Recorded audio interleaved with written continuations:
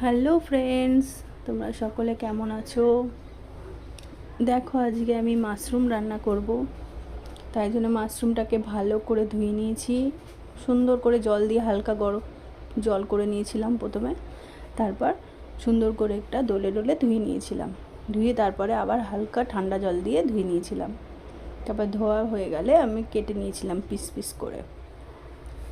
তোমরা চাইলে এর থেকে ছোটো পিসও করতে পারো, আমি এরকম সাইজই করেছি। আর মাশরুমটা খুবই ভালো ছিল। আর এই মাশরুমটাতে রান্না করার জন্য আমি আলু কেটে নিয়েছিলাম ডুমো ডুমো করে, আর পেঁয়াজ কেটেছিলাম ওরকম ডুমডুম করে, আর মাশরুমটাও সেরকম একই টাইপের কেটেছি।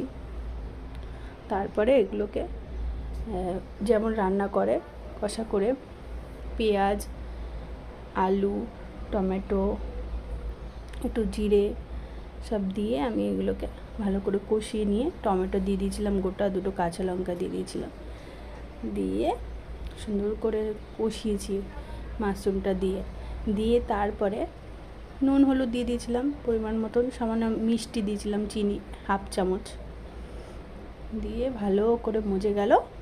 তারপরে আমি এর মধ্যে জল দিয়েছিলাম, জল দিয়ে ভালো করে ঢাকনা দিয়ে ঢেকে সিদ্ধ হতে দিয়ে দিয়েছিলাম। আর সিদ্ধ যে হয়ে গেল দেখলাম আলু মাশরুম এগুলো সব গলে গেছে। তারপর আমি এটাকে উপর দিয়ে একটু ঘি ছড়িয়ে দিয়েছিলাম, সেটা দেখানো হলো না, কিন্তু ঘি দিয়েছিলাম আমি 1 চামচ, দিয়ে গরম মশলা, গোটা গরম মশলা দিয়ে আমি এটা নামিয়ে দিয়েছিলাম। রান্নাটা কেমন লাগলো আমার ভিডিওটা, প্লিজ লাইক করো ভিডিওটি। আর আমার ভিডিও দেখা হবে আবার পরের ভিডিওতে তোমাদের সাথে। আমার ভিডিওটি ভালো লাগলে অবশ্যই লাইক করো।